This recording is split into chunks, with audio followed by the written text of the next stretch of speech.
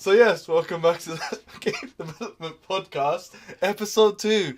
Today we have two topics, the first of which is Apex Legends, its unorthodox launch, and a few other things that I thought would be interesting to talk about. And our second main topic, after a weekend filled with eSports, is eSports.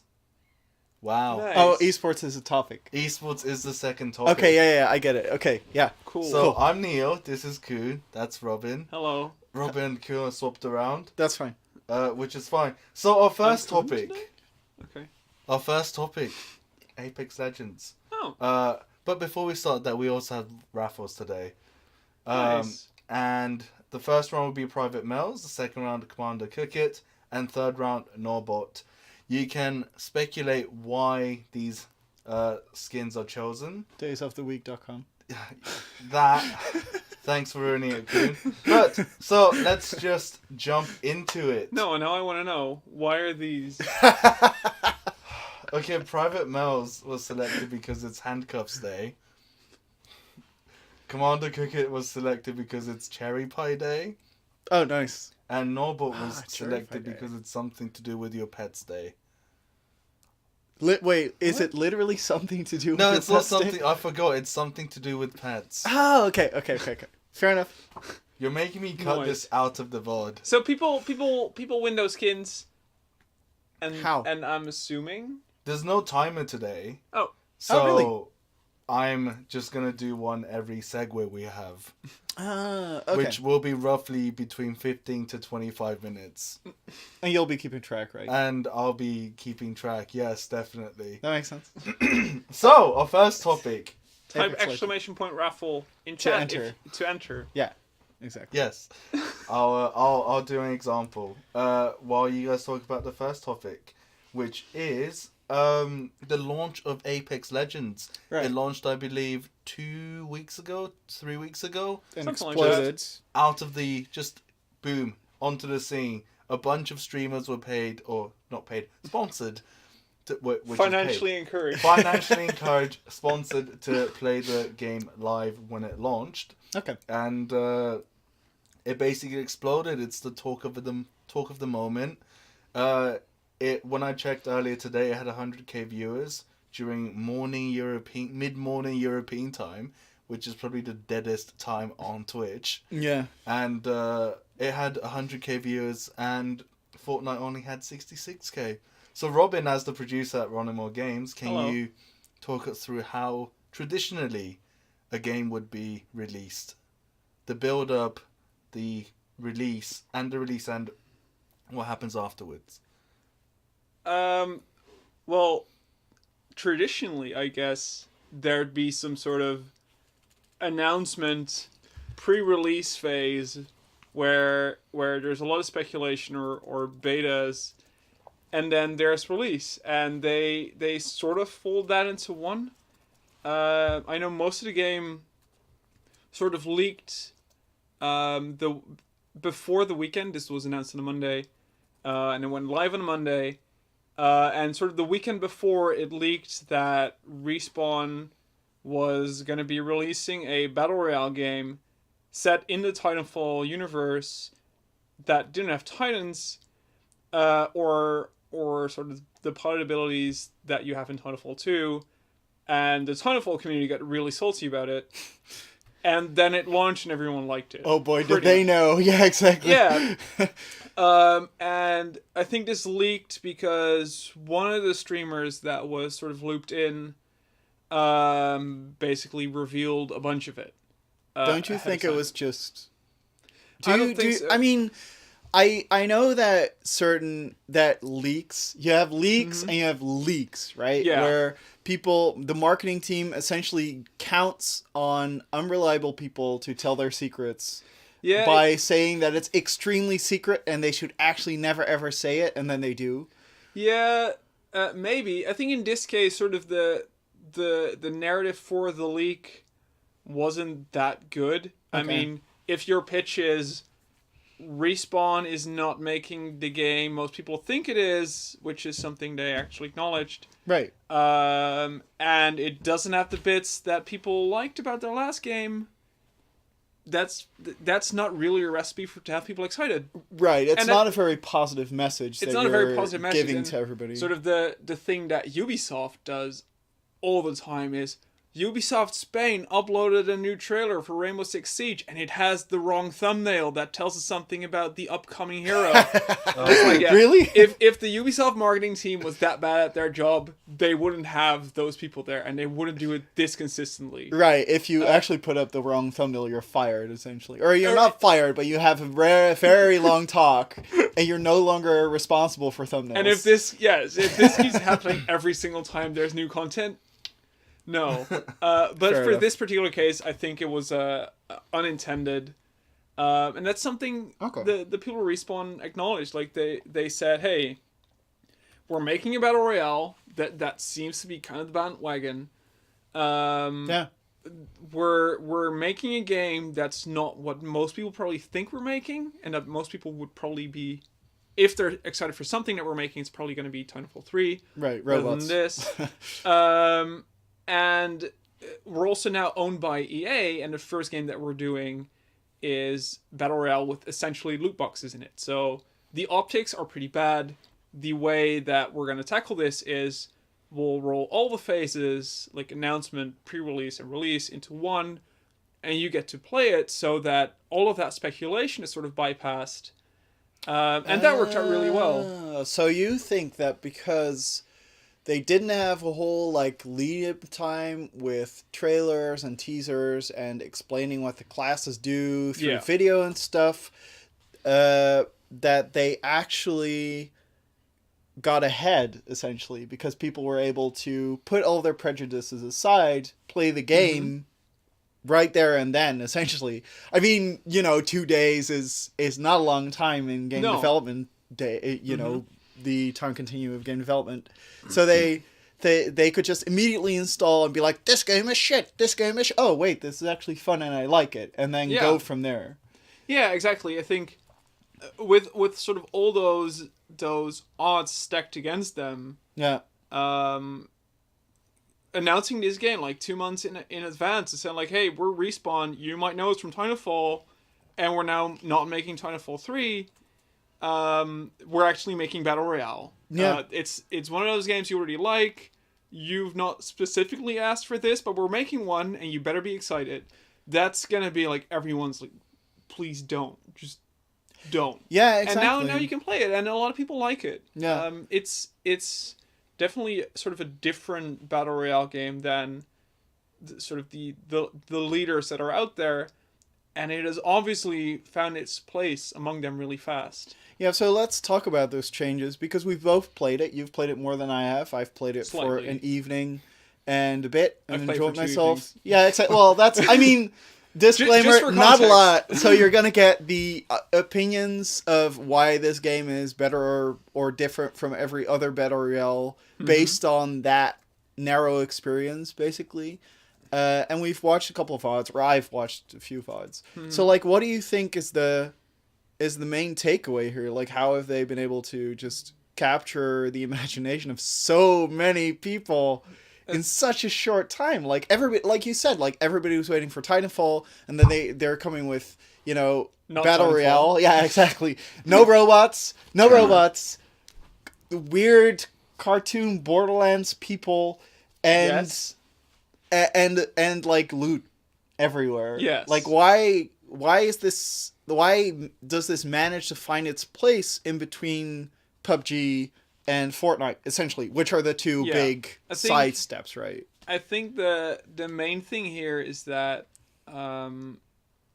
it's a fast shooter. It's a really, really solid shooter that, as a first-person shooter, is also quite distinct from PUBG. That's not very realistic, I guess. It's There's not no AK-47s in there. Yeah, it's a little more. If you like your first-person shooters and you like the idea of Battle Royale, but you like it a little faster than perhaps PUBG is giving you, this is now your place to go. Whereas previously you might have been playing sort of other fast-paced shooters, or if you really like Battle Royale, you would have stuck with PUBG, even though it's not necessarily your favorite shooter experience. And I think as we progress and more AAA battle royales are hitting the market, sort of that very, very big and lucrative battle royale pie is sort of going to divide into different flavors. Right. I mean, you already have Blackout, which is the Call of Duty. The Call of Duty battle royale. The battle royale mode. Yeah. I remember this. And I think this Respawn was founded by the guys who originally created the sort of Call of Duty experience, and right. In ways, it's very much a similar, fast-paced shooting experience. And Black Ops now also has abilities very much like this game. Yeah. It's essentially now, if you like Blackout, this is the free-to-play version of that. And the main experience is the same. You shoot. There's 60 dudes instead of 100, but you can still be the one that defeats them all. Yeah. Except you don't have to pay for this. Yeah. So in chat, someone mentioned the speed of Titanfall. Yeah. Robin, you're a big Titanfall fan, and we were actually talking at lunch about how Titanfall probably has one of the best movement mechanics in shooters. Yeah. So if you could elaborate on that, and while you think about that, someone in chat also mentioned about the art style, and Koen being the resident artist here, I'd like your take on the art style of PUBG, Fortnite, and Apex Legends, because I feel like these are three. Well, sure, you can grab that that triangle. The trifecta. Trifecta, thank you. That's a way better word. And pull it apart. I can pull it apart what Robin thinks, sure. So PUBG to me, I'm sorry if I offend anyone, this is my opinion. PUBG to me is like a Unity asset store that just got bought up, and then its goal being to be as realistic as possible and feel like, grimy and Counter-Strike-ish, I guess. Fortnite appeals to anyone who enjoys comedy violence and just doesn't take it too seriously, which is also why I think that it gets played so incredibly much, is because this is going to sound incredibly biased, I guess, but I think that parents will let their children play Fortnite before they will let their children play PUBG, because in Fortnite you don't die, you get teleported up to a thingy. There's actually been like a news article about this, that people thought it was kind of shit that there were like realistic weapons in Fortnite itself, that they could like be identified through, this is an Uzi or whatever, and kids at school would be like, I have an Uzi, which of course they were referring to a stick that they were holding while they were pretending to play Fortnite. Yeah. Don't shout that at school, kids. Yeah, well, exactly. But the parents were kind of concerned because because of like the relatable or the realness of the weapons, which kind of illustrates my point, right? When it's not very real, parents are like, it's cartoons. Nobody gives a like it's fine if my kid plays with it, and just like Minecraft picked up a whole bunch of like 9-year-olds. I think Fortnite also has a great potential of just attracting a younger audience, and therefore a way broader audience. We also saw this with the launch of the Wii U, right? Or the Wii, I mean, which like very much catered to people who never play games or barely play games, and people who are very young and very old, and thereby just, drilling into a market that has never existed before. They're really good sort of gateway drugs. Yeah, exactly. Yeah. And because your parents are okay with it, you can play it as long as you want, right? Like, I mean, all the games that we've played in our past, I think anyway, were probably, the Sonics and Marios and whatever. And that was also explicit cartoon violence. No, like, nobody died or anything. It was all very... Yeah, well, okay. So Duke Nukem was like the hidden thing that your older brother had, and you like had to go to the attic to like play it in the dark or whatever. Same with Doom and everything. Mm-hmm. Like, or I remember playing Doom just because my uncle was like, "Hey, want to see something really cool?" I was like, "All right." God. It's Don't fine. clip that. Yeah, no, it's fine. But I think that's kind of the audience that you're getting with Fortnite. And I think that Apex falls nicely in between those two. It's like the teen tween thing where it's serious enough for people to like dig it as like, you know, an actual like, oh my god, I'm so cool shooter. You can feel really cool when you're playing Apex. Well, I don't think you can feel very cool while you play Fortnite, or not because of the visuals anyway, based solely on the visuals. While Apex still has that like cartoony feel, like the victory poses and the assassinations, they're so incredibly neat, but they also, all of them have like a hint of like sass or like humor or whatever in them. And I think that's really what sells this game, is like Robin says, it's like a piece of the pie that hasn't been, you know, that wasn't there before. Like the market didn't have its own product yet. They had to choose between two not as ideal products for them. Yeah. So, Robin, I know you're dying to talk about Titanfall. Sure. But let me read out the winners for the first round of the raffles first. Nice. Sounds like a good idea, dude. So the winners are Mantega 1111. Who says 111? Apparently, I just 111 Nikki Tulsa 93. Just one. Magician Crit. Amigo Layla, and Simpsons 01.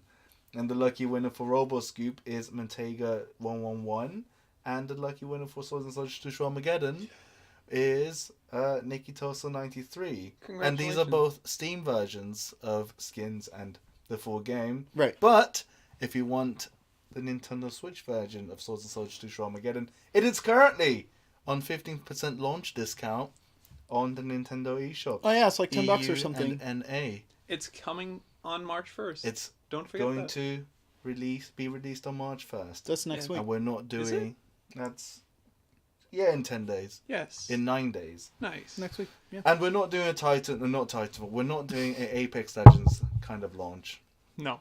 It's coming. We can't even, because it's But yes, Robin, what do you think of the movement in Titanfall versus... I think... So wait, you should start by explaining what the movement is. Yes. In like what makes it unique. So,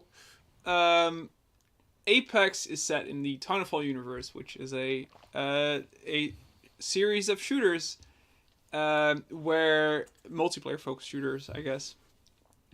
Where as a player you sort of alternate between playing as a super nimble pilot that can wall jump, and wall run, double jump, and has an ability, and many of these abilities are also in Apex. And if you shoot enough dudes, earn enough points, or wait long enough, you can have a Titan drop in from space, and you can jump into that Titan, and then you suddenly become a mech with a really big gun and all sort of cool, super powerful weapons, and you fight other pilots or other pilots in their Titans, and then it's just a regular shooting game. But the interesting thing about that game is because the Titans are so powerful and the pilots are so incredibly nimble, like you can jump really, really far, and you can wall run really, really fast. And you can turn invisible. You have a grappling hook. So that game really sort of revolves around that dynamic. You're either super fast or you're super strong. And in Apex, there is no Titan equivalent. There is only the sort of pilot gameplay. Yeah, I was about to say. And they've taken away a lot of the mechanics that you'd have in Titanfall. You're not able to wall run. You're not able to double jump to any significant amount. You're able to slide. And that's really fast and is really satisfying. Yeah. But you're a little bit more sort of tied to the ground. And I think... and you're still really fast when you're just sprinting. And you're able to traverse quite a lot of terrain if you jump properly. it's just a sort of a different game, and especially when they said like, hey, this is an Titanfall universe, my initial expectations was that I'd be a lot more nimble. Thank you. But I wasn't, and after a couple of days, I read why they changed this, and they said like, well, in a battle royale, it's really important for you that once you start shooting at someone, you sort of know where they are. That person, the person that you've got your eye on, you're able to sort of expect where he's coming from. You might not know much about his allies who might be running around, but you know where that person is, and if you're able to wall run or double jump away, that takes that away, and then it just becomes a regular deathmatch game. But in a battle royale, you need to know that the guy you're shooting at or the guy that's pinned down is going to be there, unless you see him run away.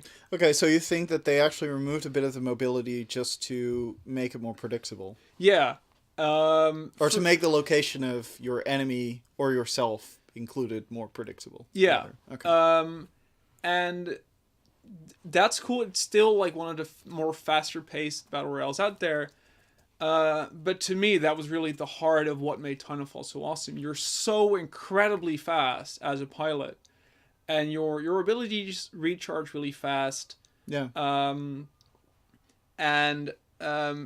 The counterplay to that is the slower Titan that's really big and powerful. And to me, Apex, without having those two parts that complement each other, it's set in the Titanfall universe, but it's not Titanfall Battle Royale. Okay. And purely personally, I would much rather see a new Titanfall than this, because I really love Titanfall 2, and that's just more the multiplayer experience that I like. Mm-hmm. And Battle Royale's not really my thing. That seems like the consensus in the Titanfall community. Well, yeah, but it's a little biased. Yeah. So moving on, I want to talk about content, which we're so good at creating. Hashtag content, yes. So is hashtag stalling. So is and both Apex and Titanfall are both very good at creating content as well. But there's a difference between YouTube and Twitch content. Apex has been dominating Twitch for the past, since it came out. Right. I say dominating. League of Legends still gets more views. Strong at the top. Sure. Or Overwatch when it has eSports happening, which we'll talk about later. But the YouTube presence of Fortnite has comparatively been literally not affected by Apex at all. So I want your guys' take on YouTube content versus Twitch content. Not necessarily just Apex versus Fortnite, but in general, what's the difference? What are you looking for when you watch YouTube gaming content? What are you looking for when you watch Twitch gaming content? Okay. Or people.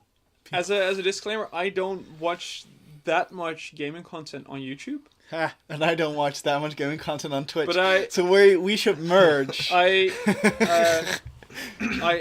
consume more gaming content on Twitch than on YouTube. But I think the main difference is that I would assume there is more curated content on YouTube than there is on Twitch. On Twitch, the quality of the content is very much dictated by what's happening from moment to moment. You can be watching an Apex stream from a dude that's really, really good at that game, and they're winning like half of their games, and that's bound to be consistent, solid content. But from minute to minute, they might just get into a really bad game, and that's not cool. But if you go on YouTube, you might actually catch the sickest 3-team 9-tuple player kill from a single 12-year-old kid that wastes every single bullet in his inventory, and it's the greatest thing you'll ever see, but you'd never have watched that kid on Twitch. I think the very best moments that happen on Twitch are good content for YouTube. And because there is so much content going on, sort of that's not drying up for Fortnite. but on Twitch, the quality of the content is much more. It varies much more from minute to minute, and because Apex is a little faster, and it might just be a little flashier because it's more exciting to shoot. I would assume that. I guess Apex makes for a better Twitch game. It looks more like a regular shooter. I'm looking at what Tolkien's saying here, which I actually agree with a bit. He says, in Twitch you have people more often playing new hotness, while YouTube tends to be more conservative and does what gets the most views, which isn't always the new hotness right away, but often is the new hotness after it blows up. And I sort of agree. I think there's something to be said for the fact that making YouTube videos just takes longer, and making interesting YouTube video is harder than just turning on Twitch and starting a game, like you said. Like you watch someone rise from the ground up to be the greatest Apex player of 2019 or whatever, while on YouTube what you want to see is the greatest YouTube. Yeah, you just want to see the clips from Twitch stitched one after another of a single dude of like a team in this case, because Apex is 3 men, right? Mm-hmm. What I also think is that there's something to be said for your viewership, like and the people who are watching you right now. Like you've seen this with Minecraft too, where the Yogscast, for instance, has played Minecraft way past his due and was really scared to move on to anything else. Yeah, because the majority of their audience, their paying audience, came to them for their Minecraft videos. It didn't come to them for anything else. Every time they would make something different, you see it with other YouTubers too, like Ethos Lab or something, who still makes Minecraft videos. He's still making Minecraft videos because every time you make something different, people in the comments will be like, why aren't you making Minecraft videos? And nobody watches it. This is something that we've also seen with people who made Awesome Nuts videos, like SlowWolf.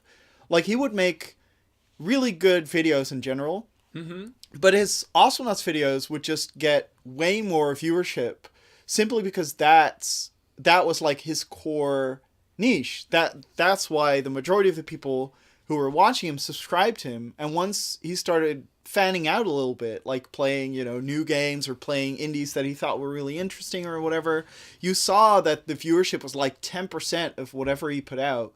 That was an Awesome Nuts video, which was kind of similar to all the other Awesome Nuts videos. It's really interesting. I'm always kind of surprised when I see this happen. Like when I see this viewership drop happen, because for me, YouTube videos are usually, especially gaming videos, are usually for the people that make them mostly. Like I enjoy the personality behind the game, and I like the game as a background. But for me, it very much feels like sitting on the couch with a good friend and playing a video game together, or watching someone else play a video game while you shoot shit, basically.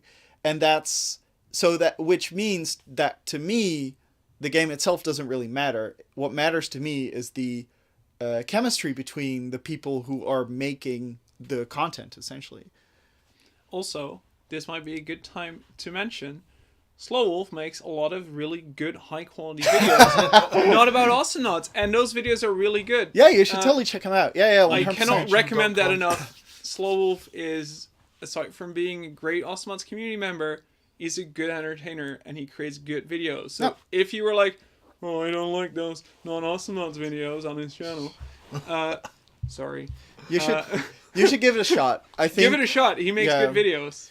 And I think that goes for your entire subscription box, honestly. Like I've had this, because I've had the same effect too, right? I've also had times when I was like going through my feed and I saw, this dude that I watched that makes, Monster Hunter videos is now doing something on Dark Souls. I am not interested on this dude because he makes Dark Souls videos. I want him to make Monster Hunter videos. And I just skip it outright. Like, I just don't even I don't even click. I'm so like set on this dude being in my feed list because of a certain type of video that anything outside of the norm just gets like, bam, exploded immediately. But I do think that Apex will have more YouTubers doing Apex Legends once it's been out for a bit, because right now the people who will gain their audience through Apex are starting to gather their viewership, or are starting to gather their audience. Like, it has a bit of a delay compared to Twitch, where it's just like, people watch you or they don't. And and you can also, and like Robin said, like, even the start of your journey is interesting to those people. While learning Apex Legends for most people is just kind of boring content, because that's what they're doing. They want to see what they can't do. Yeah, I also feel like with Fortnite, there's just more YouTube content to be made. Like, not just in terms of gameplay, but also just dumb meme stuff that there's more to mess around with. That's true. The game has more mechanics to sort of create weird stuff with. And there's a lot of creative content exactly. that you can make in Fortnite that to put people through. Like, people have been making death runs and challenging streamers to finish it, and the first person who actually finishes on stream gets $25,000.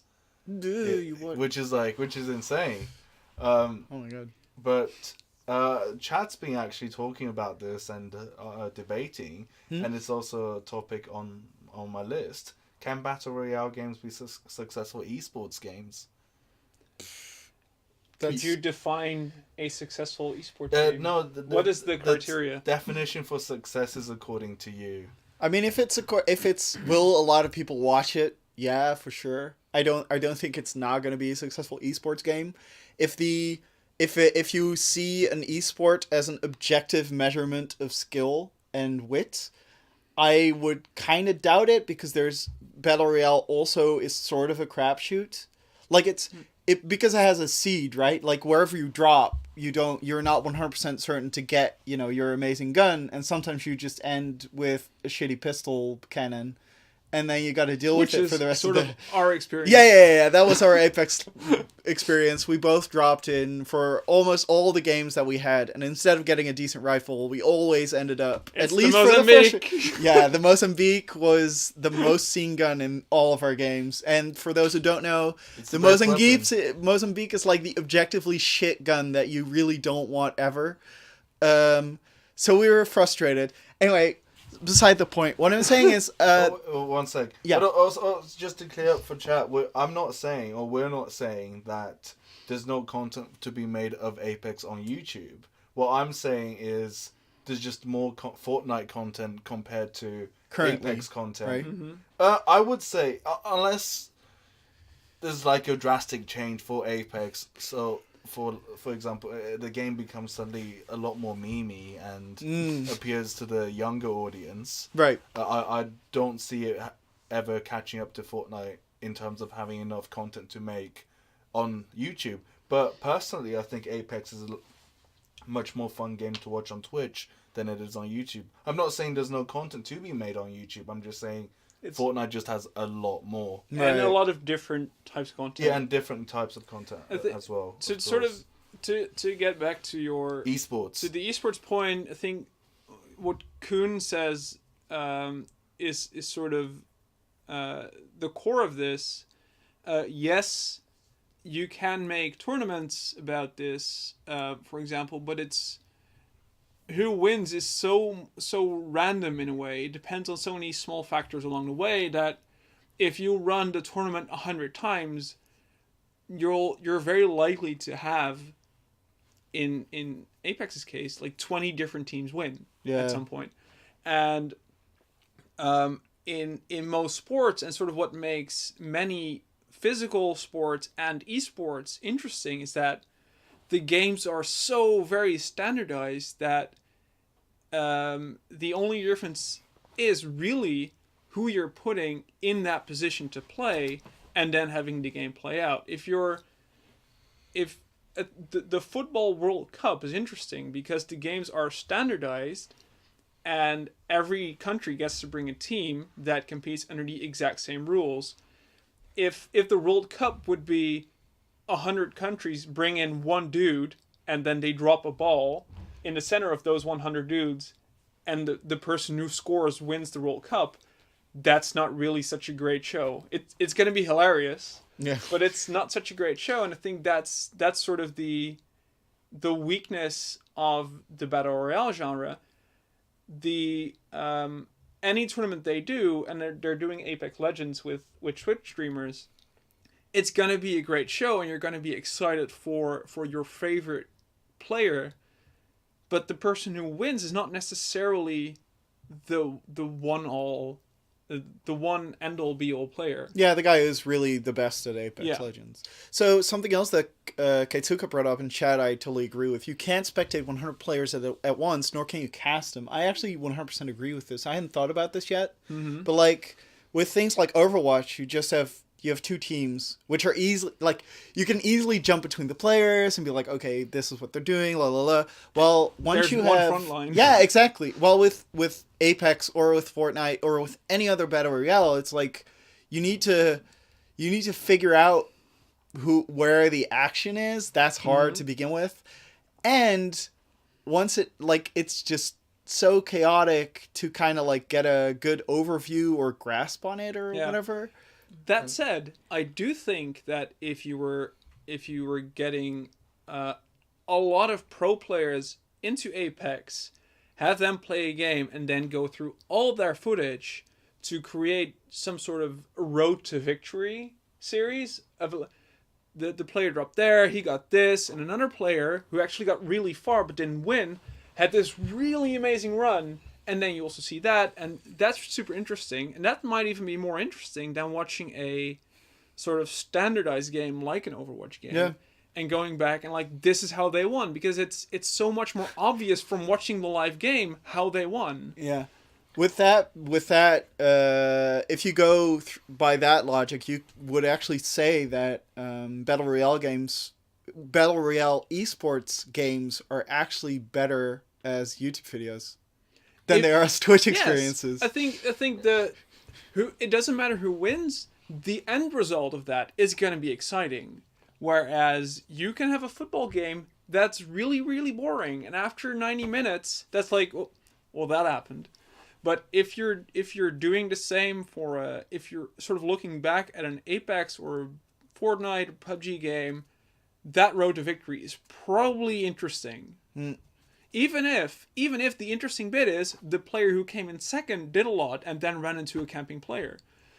Because something interesting happened in that game. There is nothing that it is sort of physically impossible to have a PUBG game and nothing interesting happened in it. No, obviously, because someone won. You can't win by default, basically.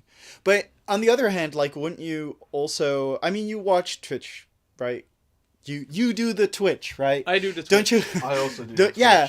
Don't you guys watch a dude instead of a game? I don't. I watch a game. You watch a game. How about you, Niel? I have a favorite Twitch streamer, and I do watch him. No Yeah, exactly. So I mean, unless he's doing just chatting, then it's like... Yeah.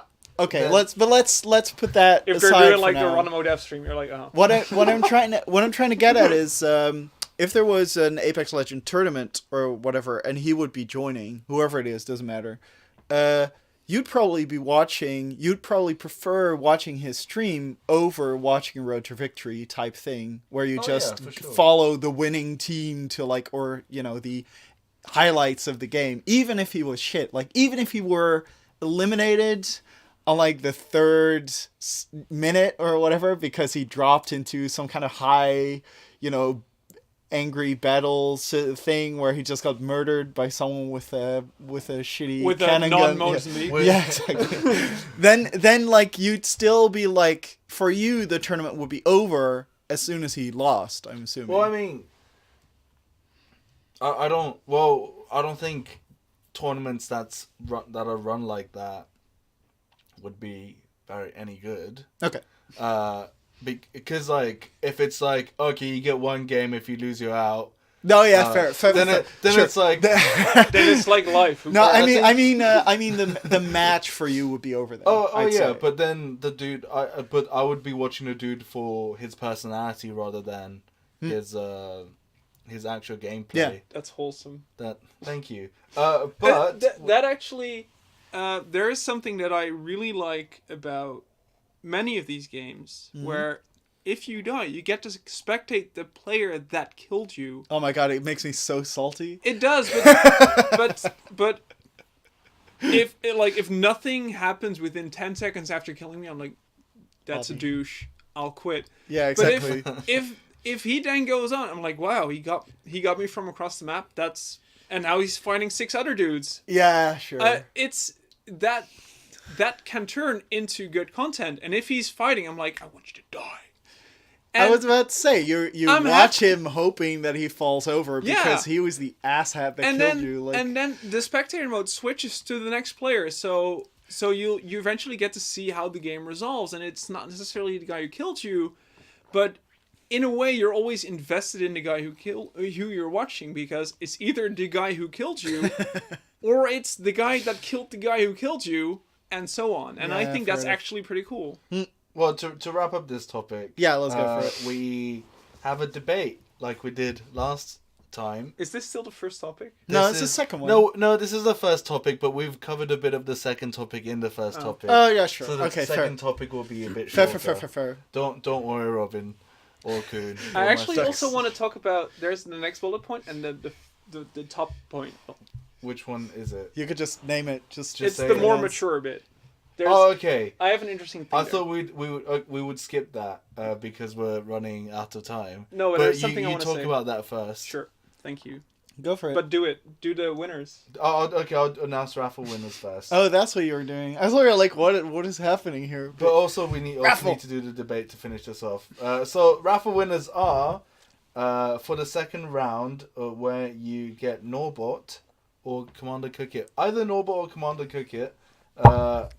The winners are Lone Star 00, Niel _Gamer1. That's not me, don't worry. I'm 77, Pandamonica, and Cedricus _1. Roboscoop winner is Cedricus, and Swords and Soldiers 2 Schwarmageddon winner is Pandamonica. Wait, Robin. Have a drink. Did someone actually call themselves I'm 71? I'm 77. I'm 77, yeah. Okay. Cool. Okay. There is something I would like to sort of point out about Fortnite and Apex, maybe Battle Royale. Okay. The thing that Koen mentioned way earlier in this discussion is that Fortnite sort of lends itself to a younger audience because it's I think it has a lower age rating. Probably, it's more colorful. It just in many things is more cartoony and it looks more sort of friendly. And I think the interesting thing there is that there is an interesting bit of demographics where a younger audience, say like 17 and below, is going to have usually a lot of time on their hands because they're still in school or studying. Definitely. But these are not necessarily the people who have disposable income to spend on a game. Right. And then as people get older, they'll usually have less time to play, but more disposable income. And I think it's an sort of interesting split in target audience where the Fortnite audience might be massive, and they've obviously been making a very, very, very, very significant amount of money from that. Right. It's also sort of harder to convince that audience to make bigger investments. Yeah. And to sort of a more mature gamer, there's plenty of people in this world who will pay $50 for a game that just lasts 2 or 3 hours if it's very content rich. Mm-hmm. If the content itself is really good. And if you have the money, like you said. And if you have the money. And I think that's sort of an interesting difference between these as well. They're both free to play, but because Apex is a little more mature and a little bit more like the general FPS formula, it'll also sort of attract that a little bit more mature audience that might have a little bit more to spend. Yeah, so what you're saying is Apex will probably, relatively speaking, per player, make more than Fortnite will. I would think so, yeah, because like a lot of a very significant portion of the Fortnite audience is actually those maybe like 9 or 10 or 11, 12-year-old kids who probably don't have access to their own payment systems, who might need to convince their parents to shell out $10 for a battle pass, and that might just be a harder sell. Do you think it's better to create like a critical mass by appealing to a larger audience and then having a smaller percentage pay, or be a bit more specific like Apex? Like, which one of the two do you think is more successful in the long run? Well, sort of, I think they've both kind of crossed that threshold where it doesn't really matter. But well, it kind of still does, though, because... It still does, but in the end, only one can make the most money. Well, obviously. And it's very likely to still be Fortnite in the long run. Oh, really? Okay. I think so. So why is that then? Because it's established, and because I think Apex is going to be the first game that we see come in that sort of starts to divide the pie. Okay. Next month we'll have EA come out with very much a competing battle royale style in Battlefield Firestorm. That is once again it's AAA battle royale experience, again targeted at a different audience. It's again a first person shooter, right? And they're going to be dividing the pie, but you win by sort of taking players away from Fortnite. Yeah. And the default is that all those people who now enjoy Battle Royale will be playing Fortnite, are either in Fortnite or PUBG. Right. And a lot of them have moved to Apex, sure, but they're still coming from a place. Yeah. See, this is something else I had in the script, which we've run out of time to talk about, but Robin kind of covered it. Is Apex being so big and blown up and successful because it's good, or because people are just tired of Fortnite? Oh, right. So but Robin covered that a bit, and that actually also leads us on to the debate. The topic for the debate is that is Apex Legends the Fortnite killer? Oh no. Well, I'll do yes. You're doing do you yes, want to do you're yes? doing no. Okay. Even though I just said no, it isn't, I'll say yes. I'll do it. All right. I'm curious to hear. I mean, we got 1 minute, right? Yeah, you get 1 minute, and I'll time it. Okay, with my sure. phone, which isn't here. This is gonna be great. I'm really curious to see how you're gonna do the yes, because I know the no is easy. Okay, that's. I'll start by changing the question. Well, you told me to do that for something. I know. Which is great. Okay, are you ready? I'm ready. Who's starting? I'll start. Okay, Right. 3, 2, 1, go. All right, I think Apex Legends is the Fortnite killer because it is very much the end of an era where there is one game that's dominating, or sort of the second game that's dominating the genre, and Apex Legends is killing Fortnite because it's showing that there's not one formula that everyone's going to love. I think Apex is very divisive if whether this is something people want from a Battle Royale game, but there's a lot of people that are answering that in a very resounding yes. And I'm not sure if anyone has ever answered that question about Fortnite as resoundingly. There's the only way from here is that people are leaving Fortnite. Because from now on, there's going to be games that are going to be a much more conscious decision about whether you're going to be playing that. And I think very few of those are going to result in people saying, I prefer Fortnite for any other reason than that it's the default. You were a couple of seconds over, but we'll take that. That's fine. Right, Koen, are you ready? Yeah, I'm ready to argue that Apex is not the Fortnite killer? Yeah, easily. All right, 3, 2, 1, go. Money. All right, yeah. Unreal has Epic has an infinite amount of money to sponsor and have Fortnite constantly inject Fortnite with as much cash as they want.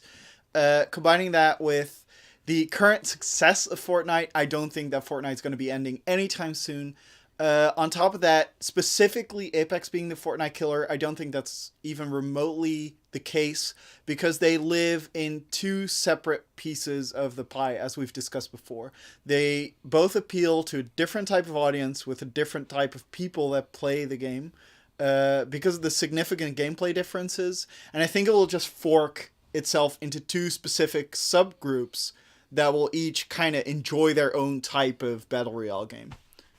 And I think that's really all there is to say about it. But even if they were the exact same game, I think Fortnite would still win just because money. The only company that would have any significant like competition for these people would be Steam. Ooh. I'm surprised. Ooh. I'm surprised neither of you touched on anything regarding content creation for both Neil. games. This is, I want to touch on that. I want to touch on two things. Okay, do so. I think- Robin. We're just running out Yeah, of go time for for it. the. No, it's fine. It's fine. It's Okay, fine. Go. I'm touching go, this one It's cool. first. Yeah. I think UEO in chat said, or on my argument, or it's going to make people realize they actually prefer Fortnite more because the mechanics Fortnite introduced to Battle Royale. That's true. Some people might more consciously decide to go to Fortnite, but the way I see it, Fortnite's pretty much the default nowadays. So those are already there.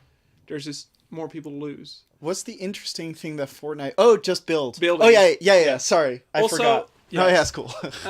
The other thing I want to touch on is Koen said the only other company that could take this on is Steam, shit. is Valve. Oh, yeah, Valve, not Steam. Yeah. You're right, sorry. Valve, there is now Counter-Strike Battle Royale. What? This is You how what? can you not know this? I don't know this. I don't know this. This is the thing. Yeah, you can already play it. Okay. It's live. I think... I Maybe don't that's- think... Maybe Look, this is something we talk about next. Next podcast, we shouldn't talk about Battle Royale or No, Fortnite. no. Or Epic, Because that's because like... we've or been there. Epic, yeah, Yeah. because this has been... It's been like reskinned episode 1. I don't think that that Counter-Strike Battle Royale is what I was talking about. I'm talking about like a concerted effort to make a Battle Royale game instead of just And grabbing back- Counter-Strike and slapping a Battle Royale sticker on it. And backed by huge bags of money. Dude, they can make Half-Life Battle Royale. Like, it's not... Come on. Half-Life 3 Battle Everybody Royale. will No. lose, Let's- flip their literal shit let's- if this let's- happens. Let's You're move the on. first kid. Let's move on. Also, sorry, Tolkien, if it was you. I did it bad. Let's move on. Those colors are very similar. I agree with Dr. Time. Best Battle Royale are the Hunger Games and Minecraft. Those were, man... Okay. That amazing spam left clicking just to win. Anyway, moving on. Next. Yeah, next me. Next topic. Yes. It's 6 o'clock. Quickly, let's quickly touch on Go for it, esports. dude. Go for it. Go for it. So last weekend there were 4 major esports events. There was the Twitch Rivals Apex tournament, the Overwatch League's first week of season 2. Yes. Rainbow Six Siege, Rainbow Six Siege, the Invitational. the Invitational finals, right? Yes. The grand finals For year 3. and CS:GO. What? Oh yeah. CSGO. Or also it tournament. started a bit later, I think. It was more towards the beginning of this week than Mm-hmm. the weekend. But we'll just group them together. Right. Um, A lot of esports shit happened last week. so I had 2 streams running. Both muted. so how has in your opinions, how has esports changed since you first experienced it? Oh my god. Data plans. People, you're now able to actually stream video content non-stop on your mobile phone. What was your first look? What was your first esports experience even? I can't remember this. I don't know Was what it- my first... It might very well be I honestly think my first Frankfurt, very maybe? serious esports experience was going to Frankfurt with Koen and Olivier for ESL 1 Dota tournament Oh my in God, that was 2014. Amazing. That was the Yeah. first time that I realized that esports was really cool. That was like, wow, that's That pretty sounds- big. That sounds like the time of your life. That It sounds was actually amazing. it was we really went, good. look, so what they did was for ESL, they had an entire football stadium. The Frankfurt. Yeah, stadium. Stadium. Completely... I've been there. Oh, okay, well, Cool. that, So that's the actually, one. The Commerzbank Arena. Right. That's the one. So they emptied it out and they put a giant screen there and had teams play Dota against each other. And we a didn't bunch really know Dota, so we didn't know shit, and Ollie knew everything, which was really cool. And we were there a little less cool for him. to watch the games and talk to some people. Yeah, And we because- started out on like the VIP thing at the Yeah. top. And then we ourselves like moved into the arena because it was way more fun there. But it was insane because as we were walking towards the stadium, we heard people go like, yeah, like just full on screaming out of nowhere because a kill was made, basically. Yes. That was real. We were walking, I think it was a 2-day tournament. Yeah. We were walking towards the stadium on the second day, and while we were walking towards it, you could hear the crowd inside cheering. That was crazy as it was cool. going down. It was really cool. And we went there. We were invited by a party that shall remain unnamed, because at that time we were sort of figuring out.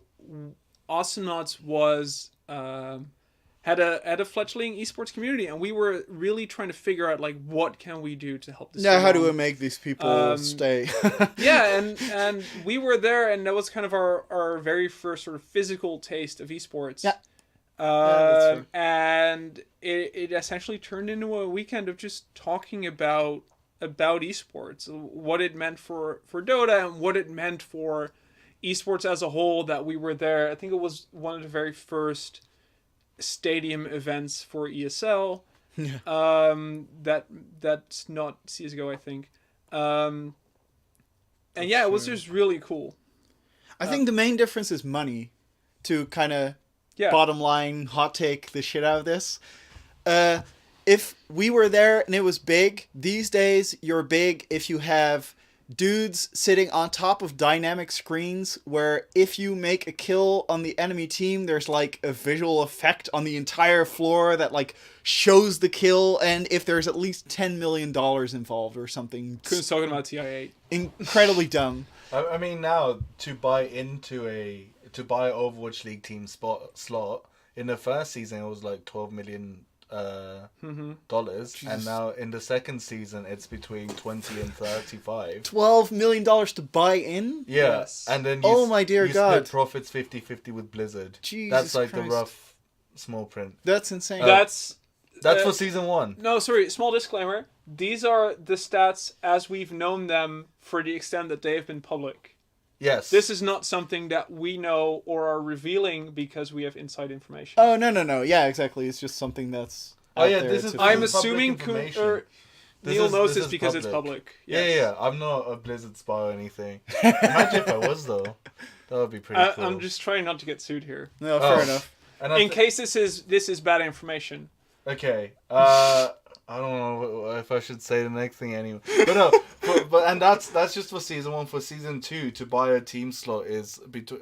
I heard is between $20 to $35 million, depending on the city you're based in. Because apparently, the more populous your city is, the more it costs you. The higher it costs. So the Chinese expansion teams have been paying premiums to buy in. Right, because Chinese cities are so incredibly large. Time to roll out the Utrecht underperformance.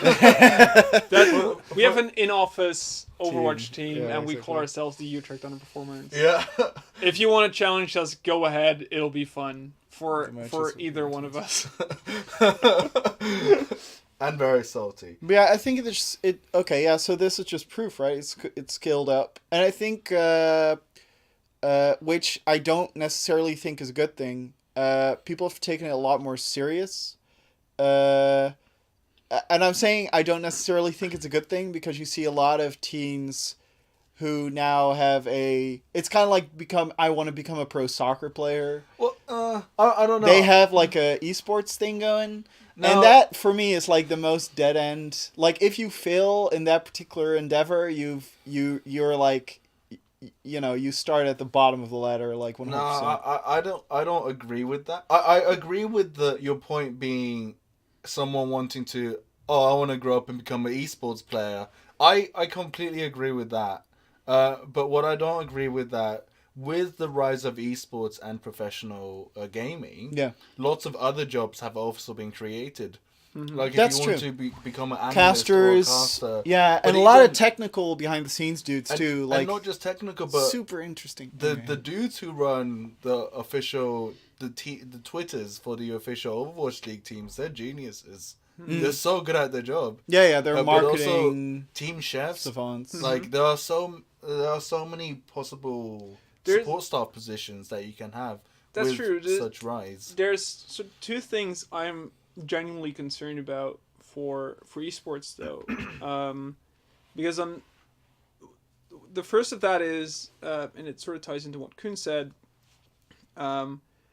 It looks like it's a very easy thing to do, and if you watch Ronaldo play football, you can be like, oh, I want to do that too, and then you take a ball and you can't, and you're like, well, I can't. And then if you're serious about that, you go play football at your local club, and you train, and you sort of you get a decent impression of how good you really are and how much talent you have. But in games, there's sort of a lot more payoff to putting in time, and after that, the real raw talent bit carries you that a little bit much further. But it's really easy to sink 1,000 hours into an esports capable game, only to realize you don't have what it takes to go that 1%. And if you play most other physical sports, it's much more obvious early on.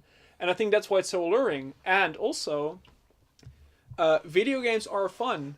It's people say, I want to make video games because I enjoy playing video games. Yeah. But that's still a job, and it's very different from playing a game. And the same goes for being an esports player or a YouTube content creator. And the second thing for this is, and I'm just gonna try and stall because I forgot what it was. Okay, that's cool. I'm just gonna say we're all old farts for thinking this. While I'm saying these things, I also realized that this is exactly what my dad would have said about, like, you know, working in video games. Yeah, exactly. Working in video games. It's what video games? What the fuck? Like, it's just stupid shit on the screen. No, what I mean, like, that's keep it clean, Koen. You know, there's just a lot of that's what they call him, clean Koen. There's a lot of this is a cycle that has repeated many times over. This is what people thought about the newspaper when television was introduced, and this is what people thought about, and the reverse was true too. What's TV? It's a weird box with the lights. Like, I don't understand anything. Like, it was, you know, so I think esports will probably, figure out a way to do its thing, and people who want to be in esports but aren't good enough will probably find any of the side jobs that are related to it and work there and stuff. Yeah, I think the sort of this industry it has definitely proven there's an audience for it and there's a place for it. It just has to sort of mature a bit more to create those side jobs that you can land in if being a player doesn't work out. Yeah. I don't think it's mature enough to really have that ecosystem of jobs that surround it. I mean, it's not yet an industry in the sense that, people are throwing infinite amounts of money into it, but there's no thing like the NBA, as it were. And that's what the ESL wanted to be, right? The ESL wanted to be like the first, big overarching organization that would just host everything under its wing. And that's what Overwatch League wants to be now. Yeah, exactly. I remember what the second point was. Oh, go for it. I think the problem with esports is that these are tournaments that sort of surround individual games, and what we saw this year with Heroes of the Storm was that Blizzard decided to scale back its investment into that project. I don't know the details there, but the end result was that the esports scene for that year was not going to be able to get the funding both the players and the organization supporting them had been expecting. There's going to be less tournaments for that game. And as a result, a lot of those organizations folded their teams. Whereas, effectively, that sport has ceased to exist overnight. And that's putting a lot of people out of job. And sort of the physical sports, like football, is so established and has so many viable parts to it. You can play football professionally at a couple of different levels. Mm-hmm. And that's not viable in esports. And even if you're at the top of that particular game, you're at sort of the whim of a developer who can go, well, like, yeah, we're done. and that's which really is bound to unfortunate. happen sooner or later, right? Yeah, I mean, really, regardless of your game, there's not a single game that has existed since I was born or since I was 12 or whatever. I mean, they've existed, but they've no longer been like viable.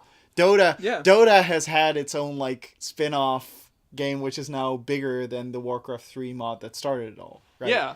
While Dota as a starting thing is still something a lot of people enjoy, but I don't think it's something you can make a career out of anymore. For esports, one thing that separates that with mainstream sports is that for Overwatch League, for example, a lot of its players came from TF2. Right. Some came from League. Right. And this isn't just the players. The casters, the support staff, they've all had previous background in another now less popular game. So, sure. But it's... the skills are transferable in one... For some players, that is. Not Right. for all, of course. I think that's sort of the problem. If you're a professional football player, you can be pretty sure whatever happens in 10 years... There's still going to be football. The game is still going to be the same, and it's that's only true to a certain extent in video games. Yeah. And if your livelihood depends on that, that's a little risky, and especially given how young many of these players are, they sort of end up at as the world best once they're coming of age. Like a lot of these Overwatch players are between like 18 and 24.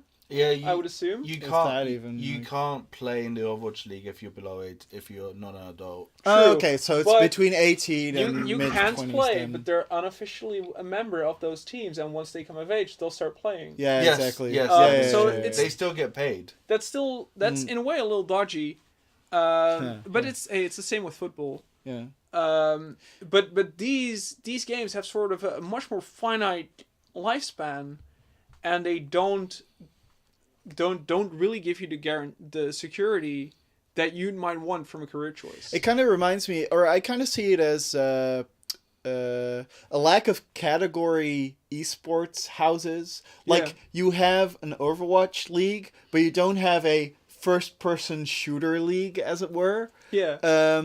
And for me, anyway, I would draw a parallel between a first-person shooter league and a sport like soccer or football or whatever, but I wouldn't draw the same parallel between a league or an esports community or environment specifically relating to a single game to that same sport. I would see it a little more microcosmy, I guess would be the right term, than something like a soccer, like the soccer industry, essentially. And that's, I think, I don't know if that's where esports needs to go to kind of become like a feasible long-term solution for everyone. But yeah, if we were to follow the same route that our ancestors did with basketball and hockey and all that shit, I think it would end up doing something of the sorts anyway. So to finish it off, and this actually segues perfectly to our last and final debate of the day and also segment. Go for it. Will esports ever get the recognition of traditional sports? Do you want to specifically define recognition in this sense? As in being a no, it's all up to it's you. up to you. Okay. It's you and Koen can have different definitions of, but don't do the smart ass thing. No, don't worry about it. Okay, so first rephrase the question. first I want to know the honest opinion, actually. Wait, no, we can do honest opinion afterwards. Okay. First we lie. First we lie. No, but maybe we both disagree. No, but you get it to doesn't choose. matter. It doesn't Whatever you do, matter. I'll take the other one. Okay. Will esports get the recognition of a traditional sport?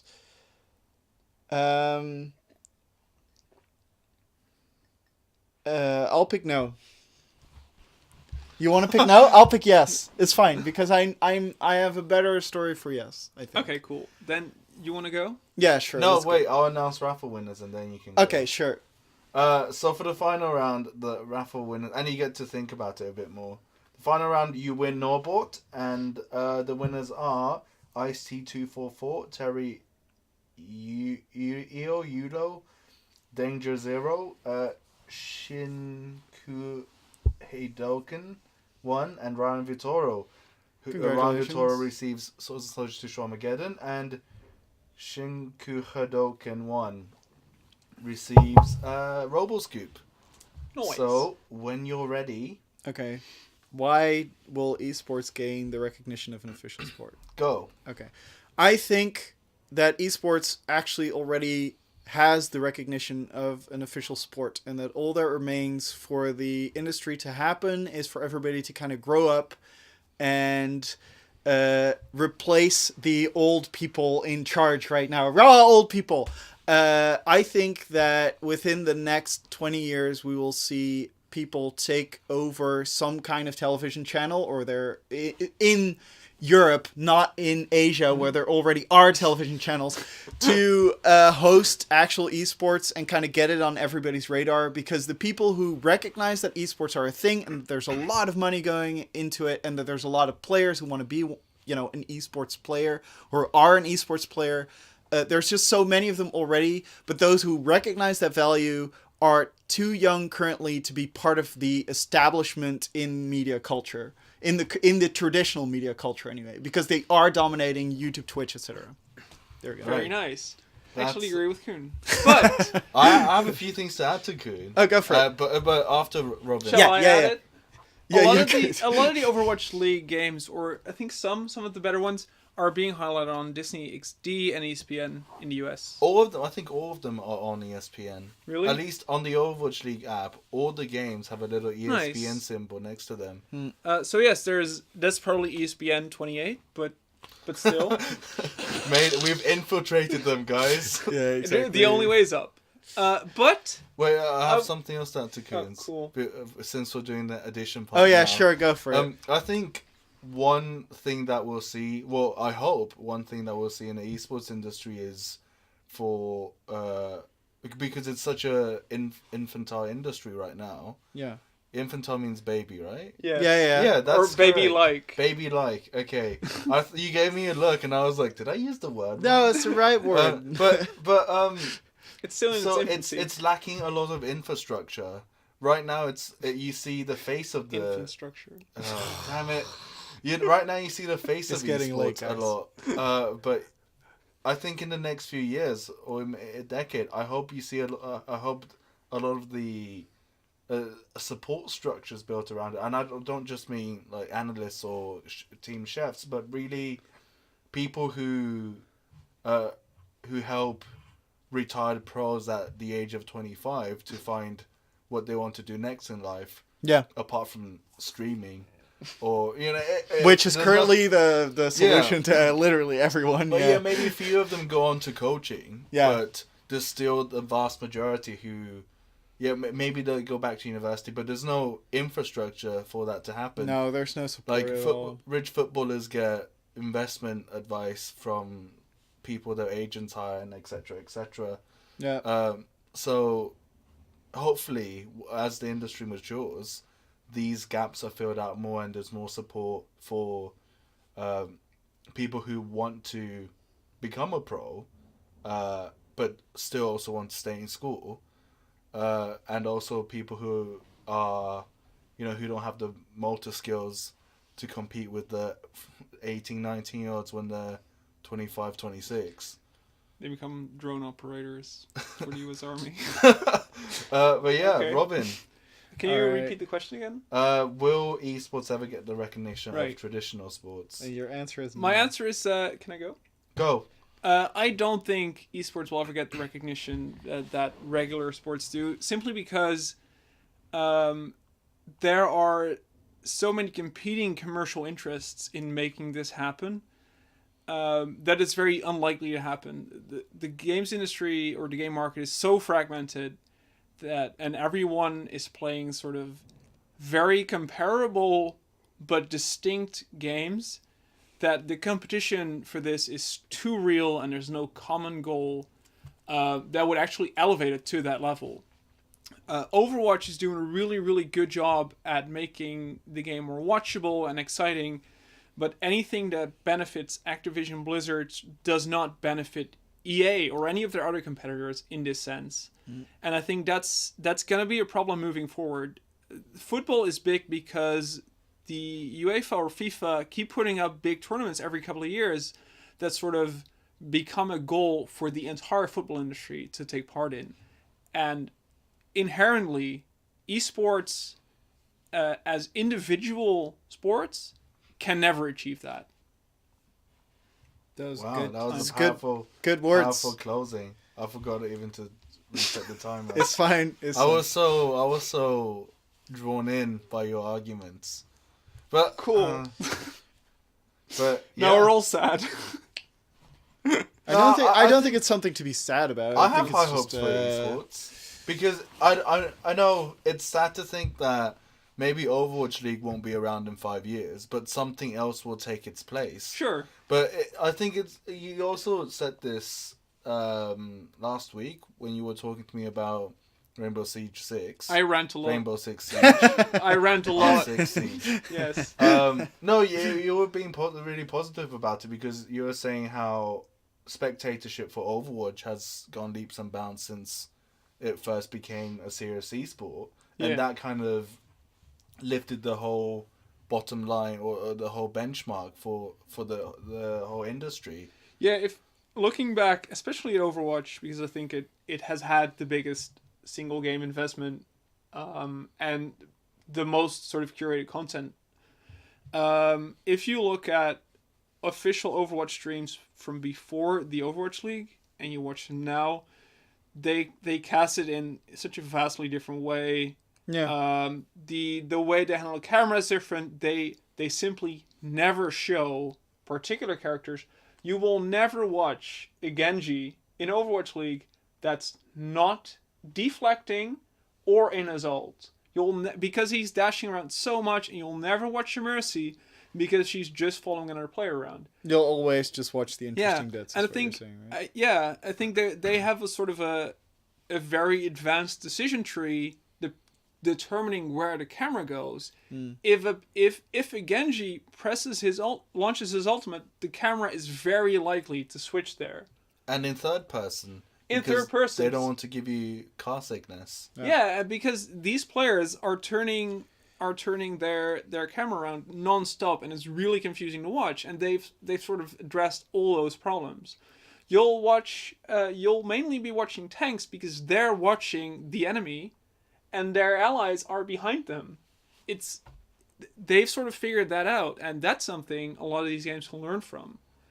And it's also proof that people who have money Can answer have these questions. recognized. Well, they've recognized that you need to go about it more professionally than just hit record on a dude that's playing. Mm-hmm. Which I think is really important because that is one of the steps that has been missing on many on many esports tournaments until Overwatch has basically had an Activision Blizzard syringe stuck into them with just an infinite money. Yeah, well, yeah, and they actually actively developed something to fix these problems because they also could have said, well, whatever, everybody else is doing, the free cam floaty thing. Let's just do the same thing and be done with it and switch between different perspectives. Yeah, I think you can actually, if you choose to, watch a specific player for the whole game, either first or third person. Oh, by the way, sorry. But I think it's behind a paywall. I just want to interject. We should also not forget that Dota 2 has already done a lot of these things too, like in terms of being able to spectate something, doing in-game rewards while you're watching from the client, Definitely. being able to jump into the game yourself during any point of the replay as any character, and being able to hear the announcer's voice or the caster's voice in the client itself and switch between different languages. Like they've done so much to lay the groundwork, but it's just but at that point, what Robin says becomes true, which is it's just a single game. And yeah, it's huge and everybody plays it, or everybody, But there's a large like industry behind it, but it'll go away eventually. Yeah, exactly. And it's not beneficial to the industry as a whole, except for it being a competitor that people watch and learn from, and that pushes the bar itself, like in general, upward. I also don't think that we'll ever see esports actually develop the way that traditional sports will. I think it will find its own unique kind of way, just like YouTube and Twitch is something completely different from watching television. It'll find its own slice of pie. Yeah. I think there's also sort of one very, very inherent thing to esports that, especially compared to football, a football costs a couple bucks. and it can keep 22 kids happy until they kick it into the angry neighbor's yard. Robbing, giving parenting advice. Anyway, yeah, go on. I've been told it's financially solid parenting.